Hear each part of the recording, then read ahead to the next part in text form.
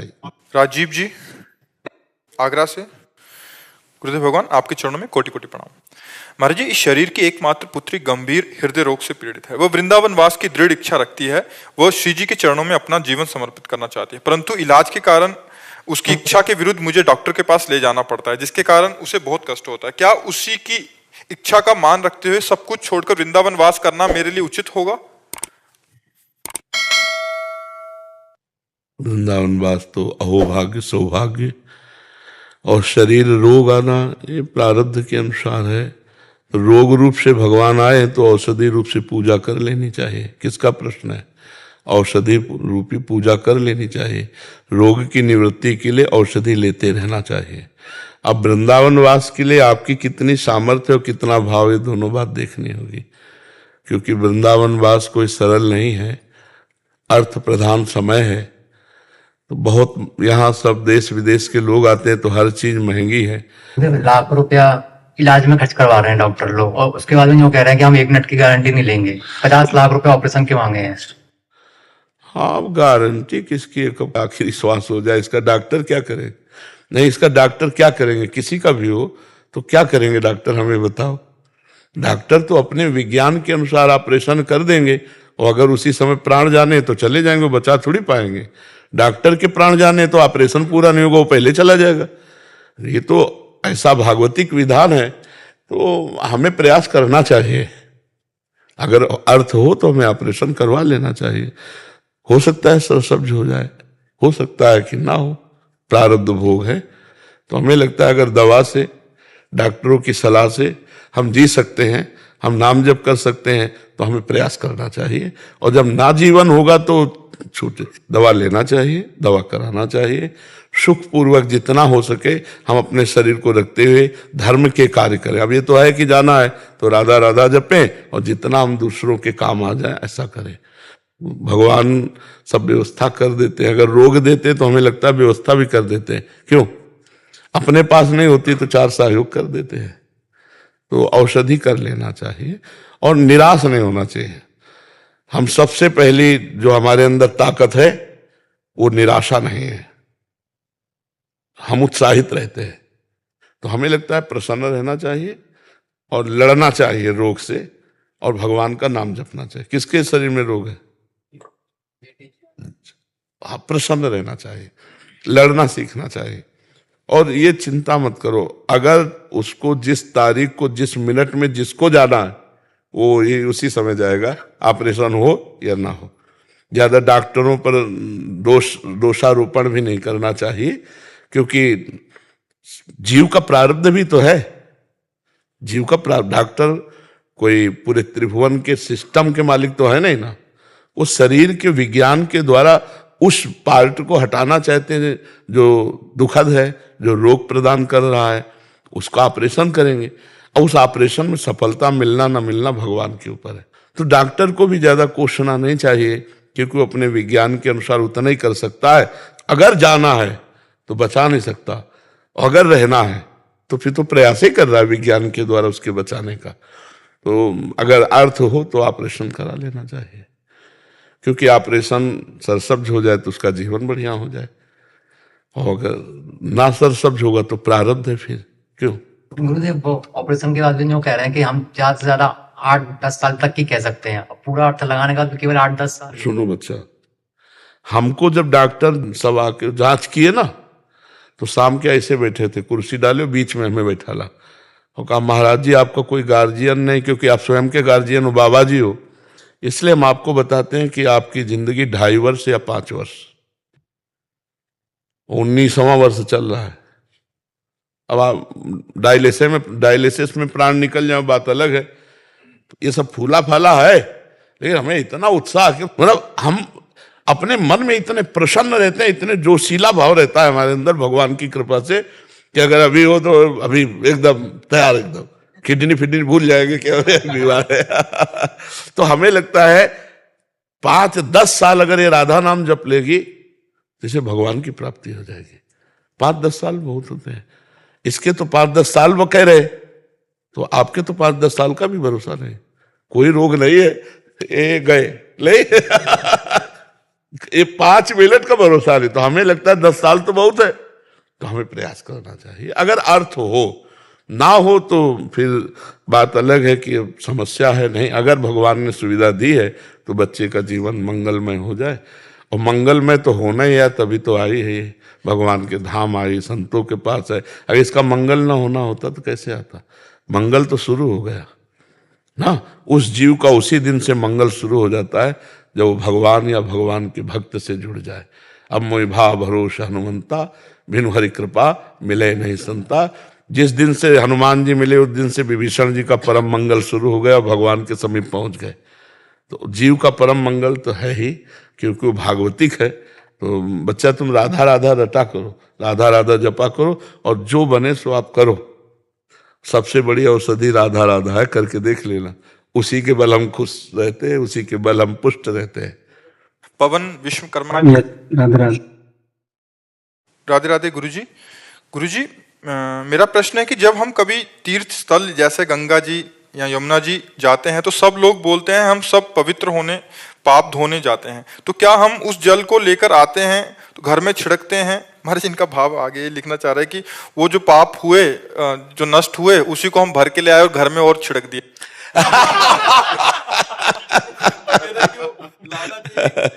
नहीं भाई, नहीं। गंगा जी को कभी कोई मलिन कर ही नहीं सकता बच्चा, यमुना जी गंगा जी को कोई मलिन नहीं कर सकता। हाँ, जैसे हम अवगाहन करते हैं, नमस्कार करते हैं, तो उनके प्रभाव से पाप नष्ट हो जाते हैं। पाप नष्ट होने का मतलब गंगा जी के ऊपर थोड़ी चढ़ जाते हैं, प्रभाव नष्ट हो गया। ये थोड़ी क्यों गंगा जी में आपको मंडल मिला है तो सारे पाप ले आए, ऐसी भावना नहीं करते, ऐसा भाव नहीं करते। कह रहे हैं कि सब उधर नहीं, पाप उधर छोड़ देते हैं, हम भर भर के नहीं, नहीं, ऐसा नहीं है। गंगा जी तीर्थ याटन, जैसे आप धाम आए हैं भगवान के, तो आपके अंदर जो कष्ट देने वाले पाप हैं वो नष्ट हो जाएंगे, वो खत्म हो गए प्रभाव से। मतलब जैसे रोग होता है, डॉक्टर औषधि देता है, तो रोग निकल के डॉक्टर के ऊपर थोड़ी चढ़ जाता है। तो यमुना जी, गंगा जी, वृंदावन धाम, काशीपुरी, मथुरा, अयोध्या, ये सब परम पावन भगवान की लीला भूमि धाम है। तो जब हम यहाँ प्रवेश करते हैं तो हमारे जो आपराधिक प्रवृत्तियों से पाप हुए हैं उनका शमन हो जाता है, वो नष्ट हो जाते हैं। तो रज उठा के ले गए या जल ले गए तो पाप थोड़ी ले गए, वो तो परम पवित्र है। ऐसी भावना नहीं रखनी चाहिए। जैसा आप भाव रखे ऐसा भाव नहीं, कि हम पाप लेके गए घर में छिड़का तो सब पाप ही चढ़ गया, ऐसा नहीं है। ठीक है। राजेश जी, जोधपुर राजस्थान से। राधे राधे। महाराज जी, मैं पिछले 1.5 वर्षों से आपका प्रवचन YouTube के माध्यम से सुन रहा हूं, जिससे जीवन में बहुत परिवर्तन हुआ है। पहले कभी कभी नशा भी कर लेता था, अब आपके सत्संग से पूर्णतः त्याग कर दिया है। महाराज जी, आप ये कहना चाह रहे हैं कि इनके घर में माता जी किसी अन्य संप्रदाय से जुड़े हैं, वहां राम नाम में इनको प्रीति है, बट ये कह रहे हैं कि अभी मेरे को डाउट आ रहा है कि मैं असमंजस में हूँ कि कहाँ दीक्षा लूं, क्या करूं, मेरे को समझ नहीं आ रहा। कह रहे राम नाम नहीं, राम नाम में प्रीति है तो बच्चा राम राम ही जपो। माता जी को लग रहा है कि वो विमुख हो रहा है, जबकि मेरे आपसे मैं प्रभावित हूँ।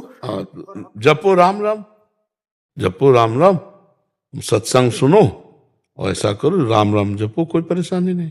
भगवान का नाम मंगल में है। आपके मार्गदर्शन में आगे बढ़ना चाहता हूँ। माता जी को लगता है कि ये हमारा संप्रदाय छोड़ के विमुख हो रहा है, गुरु विमुख हो रहा है।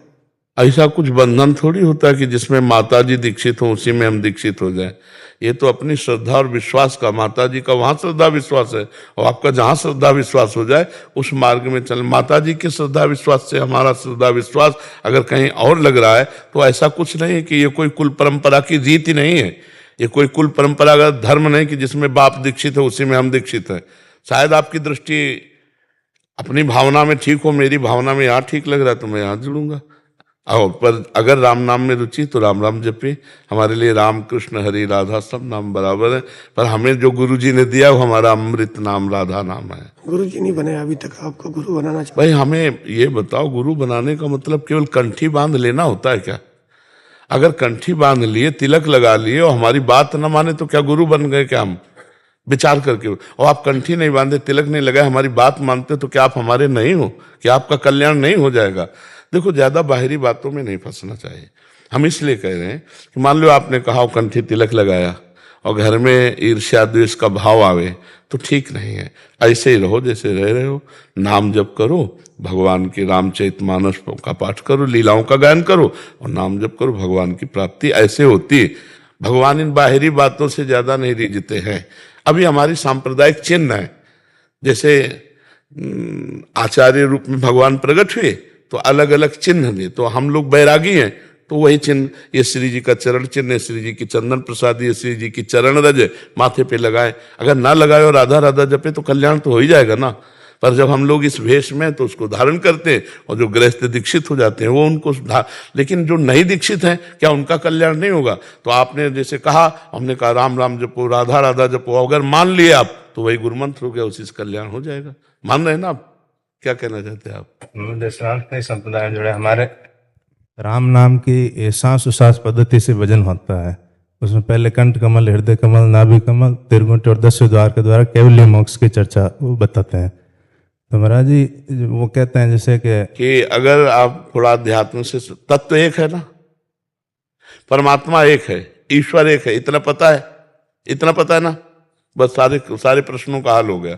अब उसे तुम निराकार मानो, साकार मानो, उसे हृदयस्थ मानो, उसे बाहर मानो, उसे राम रूप मानो, उसे कृष्ण रूप मानो, श्याम, उसे किसी मनुष्य के रूप में भी कहोगे तो हम मान लेंगे, क्योंकि पहला सवाल हल होना चाहिए, तत्व एक है, वो ईश्वर एक है।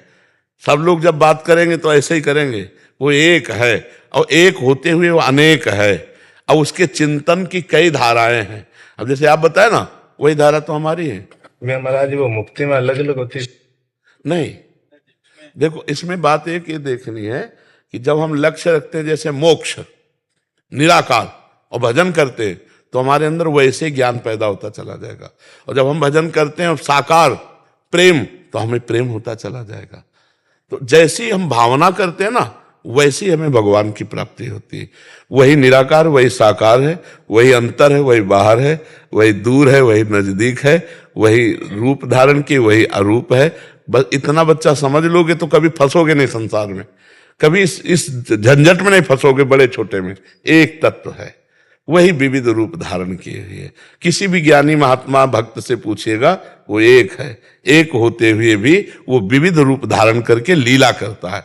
और हमको इन लीलाओं से हटना है, मायाकृत लीला से, सच्चिदानंद भगवान में, चाहे उसे मोक्ष कहो, निर्वाण पद कहो, कैवल्य पद कहो, जो भी कहो, उसकी प्राप्ति निश्चित है। जो भजन करता है उसी की प्राप्ति होती है। अब जैसे कोई कह दे कि ये राम और हैं, वो राम और हैं, फिर हमारा उत्तर गलत हो जाएगा, क्योंकि हमारा उत्तर एक पे टिका हुआ है, एक है परमात्मा। चाहे कौशल्या जी ने देखा कि एक रसोई पे है और एक पालने पे है, भगवान ने दो रूप दिखा, एकदम वो परेशान हो गए। पालने में देखा तो सो रहा है, रसोई में देखा तो भोग पा रहा है।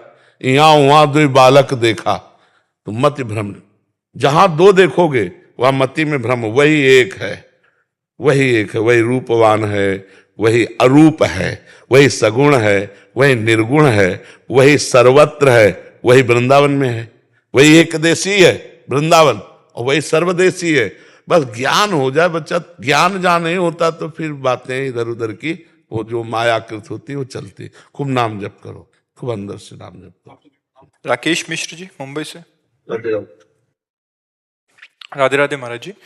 महाराज जी, कृष्ण जी से बहुत स्नेह है, सारे कर्म भगवान को यार इतनी बड़ी बात कह दी है तो बहुत बड़ी बात है। हम तो तुम्हारे चरणों में प्रणाम करते हैं। जो हमारे प्रभु से प्यार करता है वो हमारे लिए बहुत बंधनीय हो जाता है।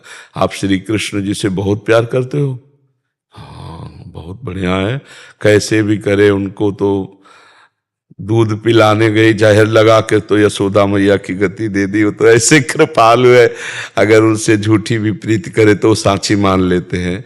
झूठा खेले साचा होए, वो तो इतने कृपालु हैं कि झूठ से भी उनसे कहे कि हम आपसे प्यार करते हैं तो मान लेते हैं कि हमसे प्यार करता है, फिर वो प्यार करने लगते हैं, तब अपना सच्चा प्रेम हो जाता है।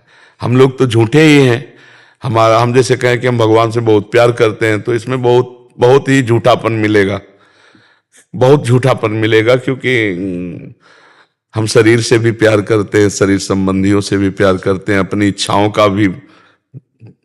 तो श्री कृष्ण प्रेम जो है वो उन्हीं की तरफ से होता है, हमारी तरफ से तो झूठा ही होता है। सच्चा प्रेम तो उन्हीं की तरफ से, क्योंकि वो सत्य सच्चिदानंद है ना। नहीं, जैसे प्रेम है तो कामना रहितम, अपने अंदर कामनाएं हैं। गुण रहितम त्रिगुणातीत होता है। अनुभव स्वरूपम, सूक्ष्मतरम प्रत्यक्षण वर्धमानम। तो अगर हम कसौटी में कसे तो हम फेले बैठे हैं। तो हमारी तरफ की झूठा प्रेम वृत्ति भगवान उससे सच्चे स्वीकार कर लिए तो सत्य प्रेम हो गया। झूठा खेले साचा होए। हम तो झूठे से बहुत झूठे हैं अपने लोग। नहीं, देखो आरती में कहते हैं तन मन धन सब तेरा, स्वामी सब कुछ है तेरा, तेरा तुझको अर्पण क्या लागे मेरा। ओम जय जगदीश हरे। आप सोचो कितनी बड़ी स्थिति का, सब तेरा सब क्या लागे मेरा, इससे बढ़िया क्या स्थिति है। लेकिन ये बात झूठी हम कह रहे नहीं कह रहे। हाँ यार, हम रोज आरती गाते हो, भगवान ने मेरी एक नहीं सुनी हो, ये बात हमारी बिगड़ गई।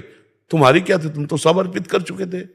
अब वो अपनी बात बिगाड़े चाहे बनावे, लेकिन नहीं, हमारी बात भी होती है, हमारा घर भी होता है, हमारा तन भी होता है, हमारा मन भी होता है। हम केवल झूठा बोलते हैं उनके सामने, तन मन धन सब, लेकिन वो इतने पे ही रीझ जाते हैं, वो झूठे पे ही रीझ जाते हैं। बहुत करुणामय है। तो आप श्री कृष्ण प्रेमी हैं, इसलिए हम आपकी वंदना करते हैं। बस हमारी प्रार्थना है, हमारी भारत सरकार की जो सेवा मिली है, यही भगवान की पूजा है। भगवान ने दी ना, आपको योग्य समझा, आपको सेवा दी। बस इसको भगवान की सेवा समझते हुए, नाम स्मरण करते हुए अपने कर्तव्य पथ पर डटे रहो, यही पूजा है। अर्जुन जी ने भगवान से कहा मैं सन्यासी होकर भिक्षा का अन्न पा करके भजन करूंगा पर युद्ध नहीं करूंगा। श्री भगवान ने पूरी गीता इसी बात पे सुनाई कि तुम्हें युद्ध करना है, संन्यास लेने नहीं। तुम छात्र धर्म से युक्त हो। तो भगवान ने जिसको योग्य समझा, जिस योग्य, उसी योग्य से ये सेवा सृष्टि की दी है। तो आपको भगवान ने ये उच्च पद दिए हैं। तो आप हमारे भारत सरकार की सद्भावना से युक्त होकर, सद्भावना और असद भावना, असद भावना होती है संसार की भोग सामग्रियां, रुपया पैसा, ये सब असद है। इसकी प्राप्ति के लिए पद का दुरुपयोग करना। और सद्भावना, चाहे भूखा रहना पड़े, चाहे चार लोग निंदा करें, पर जितना हमारा अधिकार, अधिकार के अनुसार हम दोषी को ही दंड देंगे और जो निर्दोष है उसको बख्शेंगे उसको। तो फिर ये दो प्रकार से असद भावना हमारे ऊपर हावी हो जाती है, एक भय और एक प्रलोभन। जो भय और प्रलोभन का त्याग करके अपने कर्तव्य का पालन करता है, उसको अलग से आरती करने की जरूरत नहीं। वो भगवान की पूजा में रात दिन रहता है। भगवान सत्य सच्चिदानंद है, वो सनातन है, वो सत्य नारायण है। वो देख रहे हैं अपने कर्तव्य का इसी से खुश है भगवान। बस बीच बीच में भगवान का स्मरण करता रहे, क्योंकि भगवान ने आदेश किया मामुन स्मर युद्ध च, मेरा स्मरण और युद्ध करते। बहुत बढ़िया सेवा मिली आपको, आप सबको बहुत बढ़िया सेवा मिली। जो जहां जिस कर्तव्य पे है, अपने धर्म का पालन करते हुए और भगवान का स्मरण करे, उसे अलग से कहीं कोई पूजा करने की जरूरत नहीं। बाण ही अर्जुन को बताया कि बाण ही तुम्हारी पूजा है। भीष्म जैसे परम पवित्र अधर्म के पक्ष में हो गए तो मरवा के गिरवा दिया। गुरु द्रोणाचार्य जी का गला कटवा दिया।